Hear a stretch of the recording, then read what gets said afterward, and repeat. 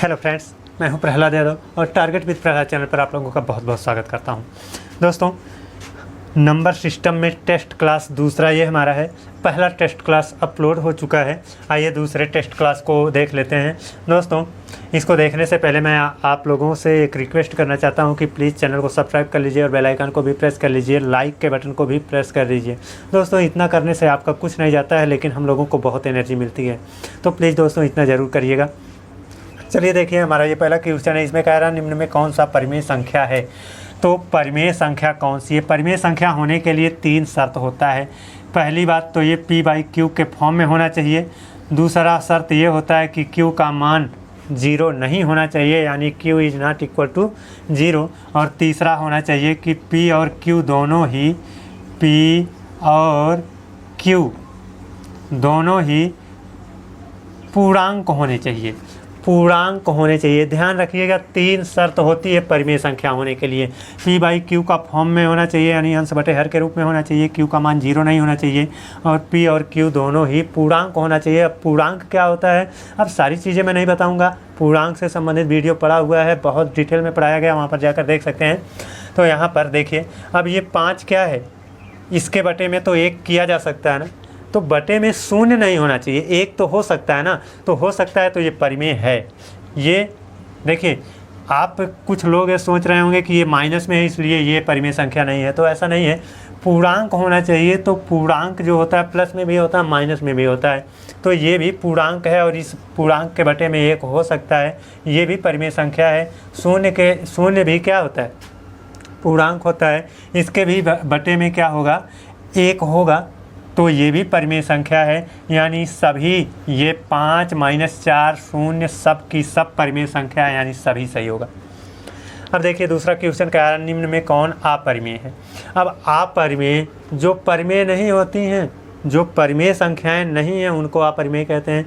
अब देखिए, जितने गणितीय प्रतीक होते हैं, गणित में जितने प्रतीक होते हैं, या हम ये कह सकते हैं जैसे पाई का मान प्रतीक में होता है, स्मॉल g का मान, कैपिटल G का मान, एप्सिलॉन 0 का मान, तो जितने प्रतीक अक्षर होते हैं वो तो क्या होते हैं, अपरिमेय होते हैं। ये अपरिमेय हो गया, है ना। करणीगत संख्याएं जो होती हैं वो भी अपरिमेय होती हैं, तो करणीगत संख्याएं हैं तो अपरिमेय होंगी। और गणितीय प्रतीक है, ये भी अपरिमेय होगा। तो ये और ये तीनों ही अपरिमेय हैं, तो इसका भी ऑप्शन क्या होगा, सही, सभी वाला सही होगा। अब देखिए तीसरा क्वेश्चन दे रखा है, इसमें कहा है 0 है। अब 0 है, इसको लेकर एग्जाम में कई बार क्वेश्चन पूछा गया, लेकिन ऑप्शन बदल करके। पहली बार ऑप्शन दिया गया 0 है, परिमेय संख्या है, अपरिमेय संख्या है, भाज्य है, अभाज्य है। तो इतना जानते रहिए, 0 का बंटवारा कभी भाज्य अभाज्य में नहीं होता है ना। 0 को भाज्य अभाज्य में बांटा ही नहीं गया, तो भाज्य अभाज्य होने का कोई चांस ही नहीं बनता है, तो ये दोनों कतई नहीं होंगे। अब परिमेय है या अपरिमेय, अभी हमने यहाँ पर बताया ना, 0 के बटे में 1 रहेगा, तो ये क्या होगा, परिमेय है। ये परिमेय है, तो ये 0 क्या है, परिमेय है। अब 0 है क्या है, धनात्मक है, ऋणात्मक है, दोनों है, इनमें से कोई नहीं। तो 0 के बारे में इतना भी जानते रहिए कि 0 ना तो धनात्मक होता है और ना ही ऋणात्मक होता है। तो यहाँ पर कहा धनात्मक, गलत बात है, यानी गलत है ये। ऋणात्मक, ये भी गलत है। दोनों यानी धनात्मक ऋणात्मक दोनों, ये भी नहीं सही होगा। इनमें से कोई नहीं, यानी 0 इनमें से कुछ भी नहीं होता है। मतलब 0 धनात्मक, ना तो धनात्मक होता है ना तो ऋणात्मक होता है। अब यहाँ पर 0 है क्या, सम है, विषम है, भाज्य है, अभाज्य है। अभी मैंने बताया 0 को भाज्य अभाज्य में बांटा ही नहीं गया है, तो ये होने का चांस ही नहीं बनता है। सम है या विषम है, वहाँ पर मैंने वीडियो दिया है, वहाँ पर मैंने प्रूफ किया है कि 0 सम है या विषम है। मैंने वहाँ प्रूफ किया, लेकिन यहाँ प्रूफ नहीं करूँगा। तो 0 है, यह 0 सम होता है। तो आशा करता हूँ कि आप लोगों को ये तीनों क्वेश्चन पसंद आए होंगे, है ना। और 3 क्यों, ये 2 क्वेश्चन और बढ़ जाता है, 5 क्वेश्चन हो गए। तो दोस्तों, आप लोगों से एक रिक्वेस्ट है, बार बार रिक्वेस्ट है, प्लीज़ चैनल को सब्सक्राइब कर लीजिए और बेल आइकन को भी प्रेस कर लीजिए। इतना करने से आप लोगों का मुझे थोड़ा सा सपोर्ट मिल जाएगा, लेकिन आपका कुछ नहीं जाएगा, है ना। ठीक है, चलिए अब हम अपने अगले क्वेश्चन की तरफ चलते हैं और अगला क्वेश्चन देखते हैं। ये देखिए हमारा चौथा क्वेश्चन है। इसमें दिया है निम्न में कौन काल्पनिक संख्या है। अंडर रूट में 16 है, अंडर रूट में 5 है, पाई है और अंडर रूट के अंदर -7 है। तो ये आपकी जो है √16 ये वास्तविक संख्या होती है, ये भी वास्तविक संख्या, ये भी वास्तविक संख्या, ये तीनों ही वास्तविक संख्या होती हैं, ये काल्पनिक संख्या होती है। क्यों होती है समझ लीजिए। अंडर रूट के अंदर कभी भी माइनस नहीं रहना चाहिए। अगर माइनस है, अंडर रूट के अंदर अगर माइनस है तो वह हमारी अपनी एक मात्र कल्पना है, वो कोई रियल नंबर नहीं होता है, वास्तविक संख्या नहीं होती है ना।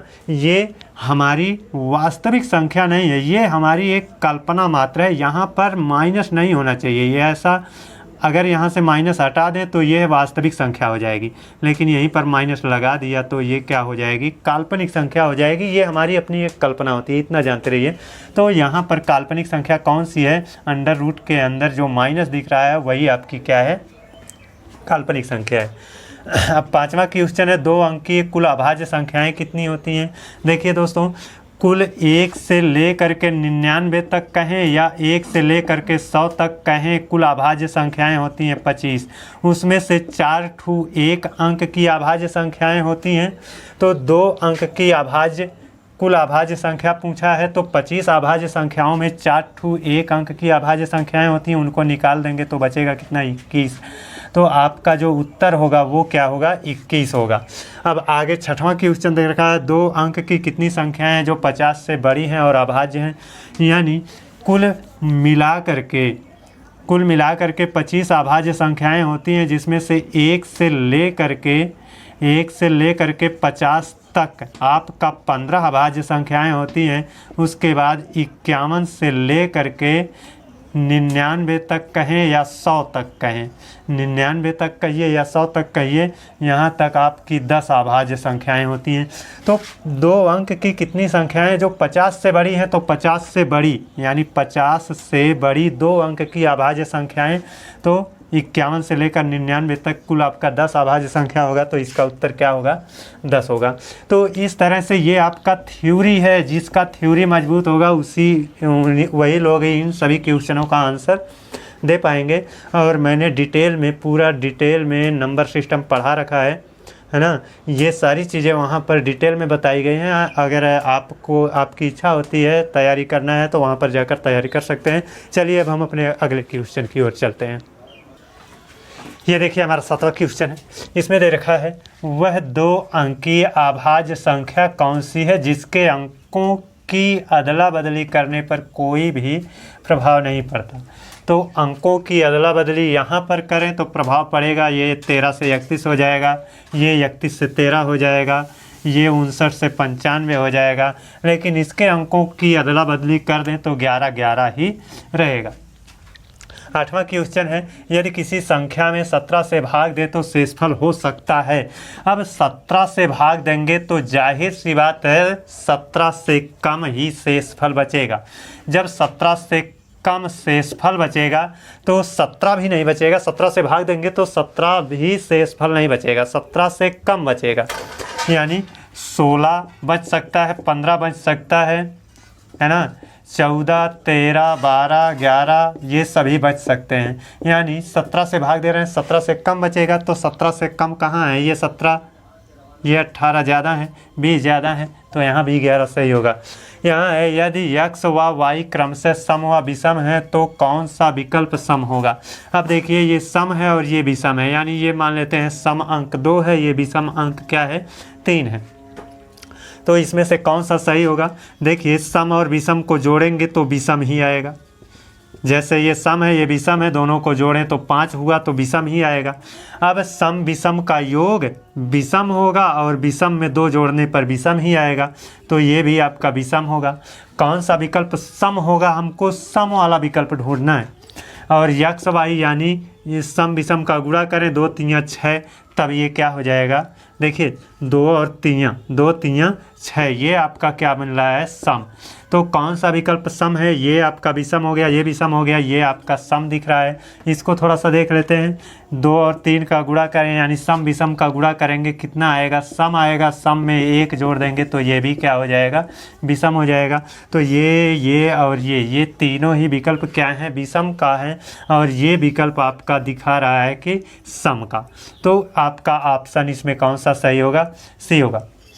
देखिए दोस्तों, अगर आप लोगों को चैनल हमारा पसंद आया है, हमारे द्वारा दिए गए कंटेंट में दम है, तो प्लीज़ चैनल को सब्सक्राइब कर लीजिए और बेल आइकन को भी प्रेस कर लीजिए।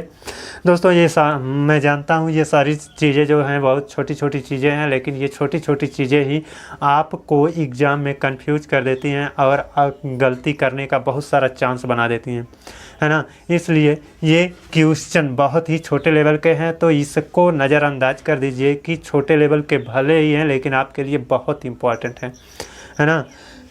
आज के लिए बस इतना ही। अगले दिन आप लोगों से एक नए वीडियो में एक नए टॉपिक के साथ पुनः मुलाकात होगी, है ना। तब तक के लिए धन्यवाद। लेकिन इतना ज़रूर कहूँगा कि चैनल ज़रूर सब्सक्राइब कर लीजिएगा, लाइक कर दीजिएगा और बेल आइकन को भी प्रेस कर लीजिएगा। आज के लिए बस इतना ही, धन्यवाद।